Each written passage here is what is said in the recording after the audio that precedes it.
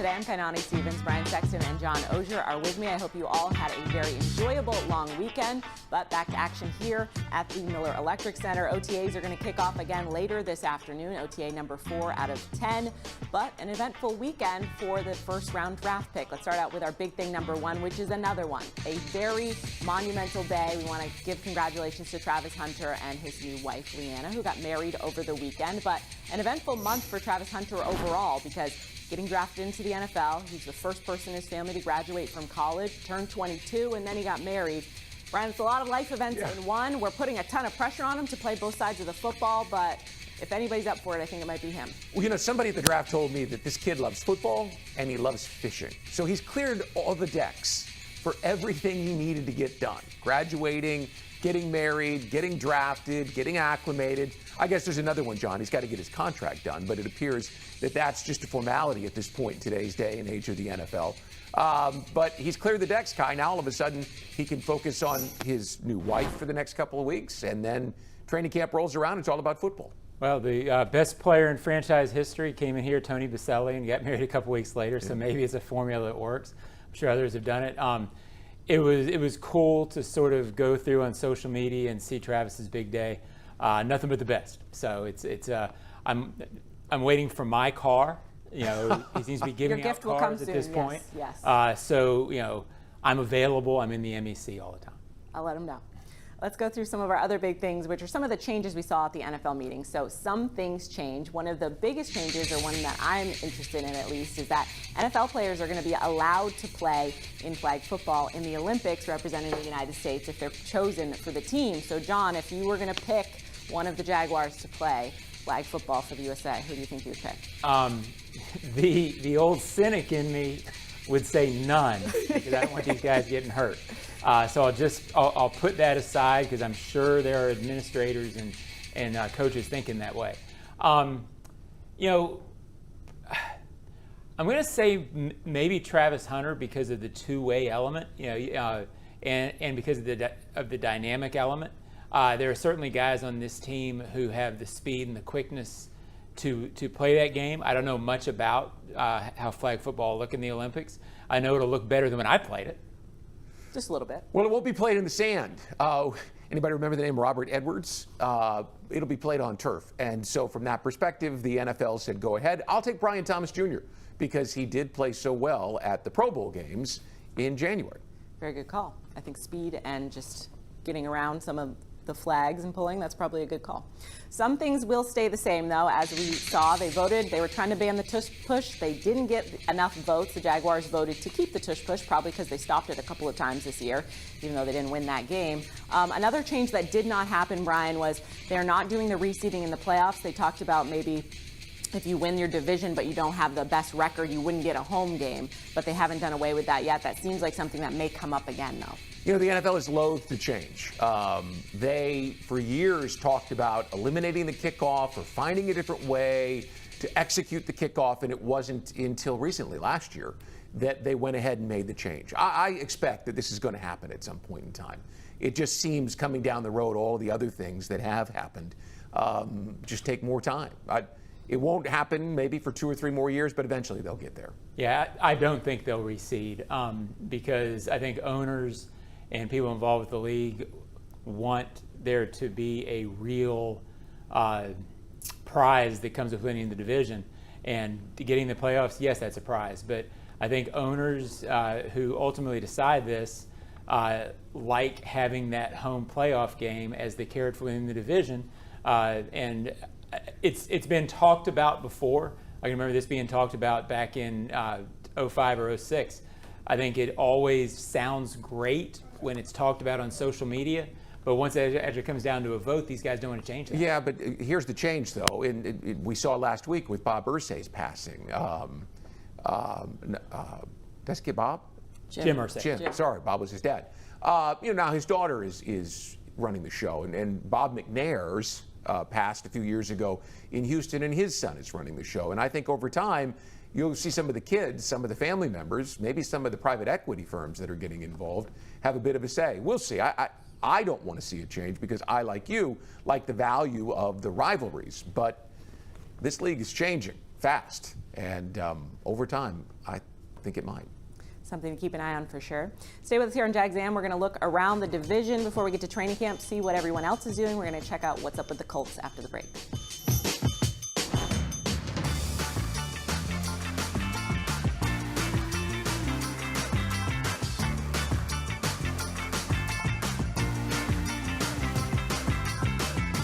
Hi, my name is Charlie Jordan, and I'm the manager of social media for the Jacksonville Jaguars. So as manager of social media, we serve as a bridge between the fans and the franchise, and so my passion is rooted in being a fan, but I also get to work with the team each day. The Bright Future Scholarship was huge for me because I was able to pursue an education at the University of Florida, and because I didn't have to worry about paying for classes, I could spend my time covering the sports teams that I work around. I'm extremely grateful for the Bright Future Scholarship and the Florida Lottery specifically for allowing me to earn an education.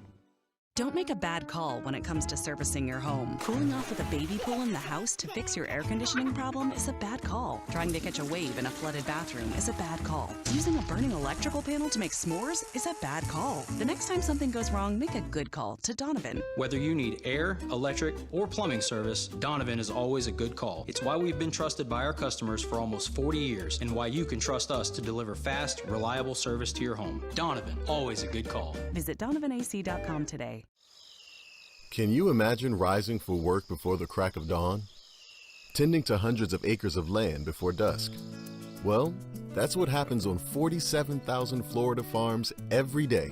Florida's farmers work hard to grow nutritious food for you and your family. And you can help support them by enjoying delicious Fresh from Florida produce. Look for the sunny Fresh from Florida logo where you shop or visit freshfromflorida.com to learn more. Jags A.M. today brought to you by Fresh from Florida. It is always in season. We welcome you back here as the Jaguars are in the middle of OTAs right now. I figured it was kind of time to check in on what's going on in the division because we've got 3 more weeks until we take a little bit of a break before training camp. So let's talk about the 3 other teams. So checking in with the Colts, obviously we mentioned a little bit earlier, but owner Jim Oehser passing away. John, I know you worked there for some time. Hearing that news and kind of hearing all the stories coming out, you're familiar with what was going on and just kind of that blow that they're dealing with now. Yeah, well, I left the Colts 15 years ago, so I knew Jim for 10 years from 01 to about 2010. Look, it'll be a blow for the franchise because he was beloved by players, coaches. He was a football guy. He had a lot of influence when I was there over President Bill Polian being hired, Tony Dungy being hired. He had a lot of say in Peyton Manning's drafting. So his football expertise that he developed when he was growing up and working as a GM, working in a lot of facets of the organization, helped him to be a good owner. I don't really know that much the last 15 years. My understanding is that the daughters have taken more and more ownership, if you will, in leading the organization. Carly will I believe, take over running the team. She's been doing it for about 10 or 11 years. They've been transitioning to that for a while. I don't expect, and I'm talking way out of turn because I haven't been around for a long time. I wouldn't expect the day-to-day and the spirit of that organization to change much with Jim's passing, but rest in peace, Jim Oehser. I read somewhere that Jim Oehser made Indianapolis a football town. It had been the Pacers, it had been basketball, it had been the Indy 500. You agree with that? No. Peyton made Indy a football town. Okay. Fair enough. Let's talk a little bit about the quarterback competition in Indianapolis because that's going to be the story for them a lot of this year will be Anthony Richardson, who had his ups and downs so far. Haven't seen a ton of him just due to injury and then some of his other issues on the field, kind of getting benched and coming back. But now with Daniel Jones in the house as well, it'll be a little bit of a competition, Brian. Yeah, Daniel Jones obviously a more accomplished passer. But I remember Daniel Jones from a couple years ago when he came in here and beat the Jaguars with his legs running all over the field. This guy is an enigma. I mean, he's got everything you could want. He's the height, the length, the speed, the power, but he can't stay healthy. So just based on what we've seen from his first 2 years in the NFL, I would say Daniel Jones is sitting in the catbird seat. Yeah, if Anthony Richardson turns it on, he's got a chance to be a starter and be very good, but that's always been the sentence associated with him, and he hasn't done it yet. So it's a smart move by the Colts to have somebody ready. I would think Anthony Richardson gets every chance, probably wins the job because of the draft status and the talent. but can he be on the field and can he play well? So smart move by the Colts. It feels like this is one of those years that for them that they do this just to make sure, and then they have to move on next year. That's the vibe. Right. But maybe AR proves that different. Well, and I don't know that they have the surrounding cast for Daniel Jones that Sam Darnold had in Minneapolis last year. But he could be this year's, wow, where did this guy come from? Yeah, someone in their second spot, kind of getting reinventing themselves a little bit. Yeah. So I'm sure We've seen Daniel it in Jones is recent hoping years, to see yeah. that. Yeah. And one of those new weapons he got in the draft, they went for Tyler Warren, the tight end, for their first round pick. Brian, you were at the draft. You got to speak to some of these guys. What did you hear from him and what did you see? Well, I didn't get a chance to talk to him as much as I got a chance to see him. And listen, the guy has this interesting, he's tall and he's long and he's athletic. And everyone makes the comparison to the great tight ends in the game, Rob Gronkowski, who I know you covered, and Travis Kelce. And the way that he was used by Penn State and their new offensive coordinator last year, a guy named Andy Kotelnicki, they used him in so many different ways. When you see him and you see the length that he has and just the body style, he's going to be a matchup nightmare for a lot of people because you're going to get a smaller safety or a bigger linebacker that's going to have to cover him, and he looks like a mismatch for no matter who is across from him. Yeah, he'll be very interesting. Tight ends taken that high and sort of as the chosen ones haven't always fared that well. Brock Bowers sort of broke that trend as a guy who you could feature into the offense. I expect Tyler Warren to be that guy, and it certainly helps Anthony Richardson if he is quickly. Absolutely. All right, stay with us. We're going to come back to some O-Zone Mailbag questions. We answer questions from the fans.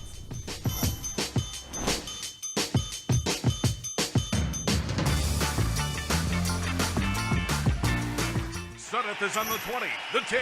Yes, another successful move to a new home. I tell you, folks, I've never seen a team more prepared than the Sudduth crew. With a dominating lead in training, trust, and efficiency, it's no wonder why Sudduth is the official moving company of the Jacksonville Jaguars. For the past 100 years, Sudduth has provided local, long-distance, and international moving services in Jax. While the Jags are moving the chains on game day, Sudduth is helping you on moving day. Visit sudduth.com/Jags for a guaranteed quote. Floridians, do you know how close you are to freshness? It's not a plane or a ship ride away. It's not across an ocean or over the equator. It's not even a far drive. The peak of freshness is at your grocery store, and it's called Fresh from Florida. Fresh from Florida is local produce grown by farmers right here in our own state, meaning it's always fresh, always in season, and always mouth-wateringly good. Look for the sunny Fresh from Florida logo or ask for it by name where you shop. What's the best part about lawn care during the winter? You can give it a rest. Lawns only need watering up to once a week. Really, that's it. Using less water means you're saving time and money that you can put towards something else. Before you run your sprinklers, remember, give it a rest and only water up to once a week. For more information, visit waterlessflorida.com. Move the freight, move the freight. Magellan Transport voted the coolest office space in Jacksonville. You can apply online at magellanlogistics.com. This broadcast is O-Zone friendly. O-Zone. Time to check in with the oh-so-wise John Oehser about some of these fan questions we have. We're going to check in with Greg from Jacksonville. First off, he says, do you think it is possible for a player like Travis Hunter, who will go both ways supposedly, to earn Rookie of the Year honors on both offense and defense? Are those awards fan-based like the Pro Bowl, or is that strictly peers and league voting? Well, it's funny, Brian, whenever people talk about awards, many organizations give out these awards. The most prominent Rookie of the Year vote is the AP vote, which is usually the most prominent of the votes. Yeah. That's writers doing it. There is a offense and a defense. There's no reason why Travis Hunter, if he performs on both sides of the ball, couldn't be both. It would be amazing if he was. And then there's others, it's very little peer voting in that among the more exclusive, among the more prestigious. Sporting News has one, PFWA has one. But could he do it? Yeah, for the ones that have offense and defense, there's no reason he couldn't be voted that. Well, he'd have to play at an incredible level. Yeah. I mean, it's so hard, and I don't want to tamp down people's expectations too much, although I think they're doing a job with it by focusing his time on offense and talking about how they're going to work him in on defense. But the level of performance that it would take for a guy to play at the highest level at receiver and at corner, I can't get my brain wrapped around it, because it takes rookies time to figure out where they're supposed to be and when they're supposed to be there, Kai, let alone, what time we eat and what time the bus shows up, and to master their craft at that high of a level. At one position, now we're talking two. Could he? I don't know. I think we're asking a lot. I think it might be tough on the defensive side of the football just because of the amount of snaps he may get will be limited, less than offense. And then also, I feel like with the Defensive Player of the Award sometimes can edge toward, edge players, because you have sacks. You can look at a specific stat. Sometimes, pass breakups and things like that aren't as impressive unless you have the interception numbers. So that'll be something to keep an eye I think the spirit of the question was, is it possible? Certainly. Sure, it's possible. He would probably have to get a pick 6 or 2, get some points, and get people talking about him. I think the other reason he would have a theoretical chance is he's coming in so high profile. And often that award is sometimes doesn't necessarily go to the most deserving. It goes to the most high profile, some of these awards. So if he were to have the great offensive numbers that people expect him to have and a couple of pick 6s, he could get that sort of award. But, let's hope that the conversation is real in December. You take one. I mean, you'd take one. I'll take any pick 6s that are available. This one is a term I hear a lot. So Chris from Fleming Island, O-Zone, are we winning the offseason again? Yeah, I kind of laughed when I was answering this question. I guess I don't know what this means anymore. I feel like they had, I feel like if you ask Jaguars people, meaning James Gladstone, the people involved with putting the offseason together, I would think they felt like they won. Usually when people talk about winning the offseason, it becomes sort of it's a little bit of a sarcastic thing. Oh, we won the offseason, we couldn't win the regular season. I didn't feel like it was that sort of offseason, Brian, where they were trying to go win and trying to get headlines. So I don't feel like it's that. I feel like there's some profile to this offseason because of Travis Hunter, and that's the energy. I feel like it's a good offseason, but I don't know if it deserves they won the offseason. Because to me, winning the offseason means being stupid. It means spending ridiculous amounts of money in free agency, which we've done around here. And I don't think that was the spirit of this offseason. No, it wasn't anything like 2017. And listen, 2017, they won the offseason. Yeah, 2023. 2017, they won the offseason, and they won in the season. But in every other year where they went out and spent incredible amounts of money, they didn't. It was disappointing. So here's how they won the offseason. They brought the fan base back. At the end of last year, when they fired the coach and kept the GM, and everybody was just done and threw their hands up, and where is this thing going? Well, from the time that they made the change and hired Liam and Tony and James Gladstone, and then went and spent what I thought was very prudently in free agency, and then made the move to get Travis Hunter. So in that sense, they absolutely have won the offseason. Because I don't know about you guys, but everywhere I go, people are excited for the season. Can't wait for the season. I mean, standing in line at Publix, wherever you are on the beach on Memorial Day, everyone wants to talk about this team. And none of us felt like that was going to be the case when the season ended last year. That's true. All right, and finally, Keith from Titusville, Florida, he wants to talk about the safeties. He says, I feel like the depth at the safety position is not being talked about enough. Eric Murray, Darnell Savage, Antonio Johnson, Caleb Bransaw, Andrew Wingard, Rayon Lane, and Daniel Thomas. How many safeties do you think the team will keep? Well, I think it's deep. I think the question is it great? I think they moved to improve it. I think they showed you what they thought of last year's safeties by going out and getting Eric Murray, by drafting 2. I mean, they knew this was a position that had to be overhauled. I think it will be seen, it remains to be seen if it's deep and as good as they want it. I think it's a position in transition. I would expect Dewey, I mentioned him first, Caleb Bransaw and Eric Murray I expect to start. I expect Dewey and Rayon Lane to have key roles. After that, we'll see what happens. I say you're going to have 5 because Daniel Thomas is one of your best special teams performers and has been for a number of years. So you're not going to move him off the roster, especially with Heath Farwell sticking around as the special teams coordinator. So I would say 5. I think we may see Ray on lane and doing a lot of special teams as well. I know he's done that in college, so that's something to keep an eye on. But I think more than anything, just different from last year would be great. Stay with us here. We'll tell you what's coming up the rest of the week.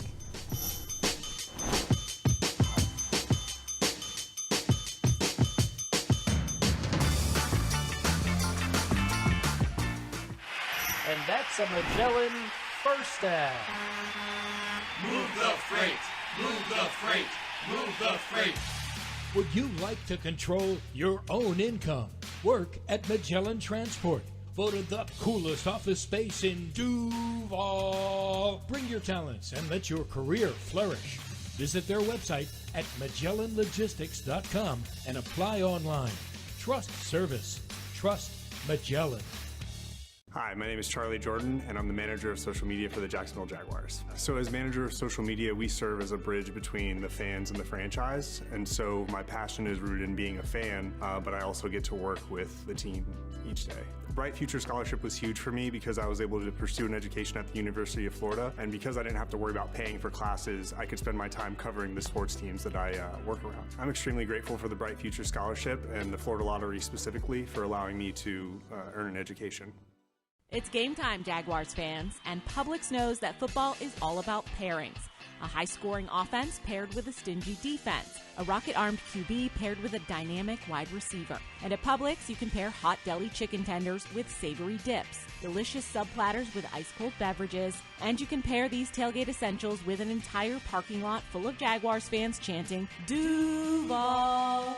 Gear up for your tailgate at Publix, the official supermarket of the Jacksonville Jaguars.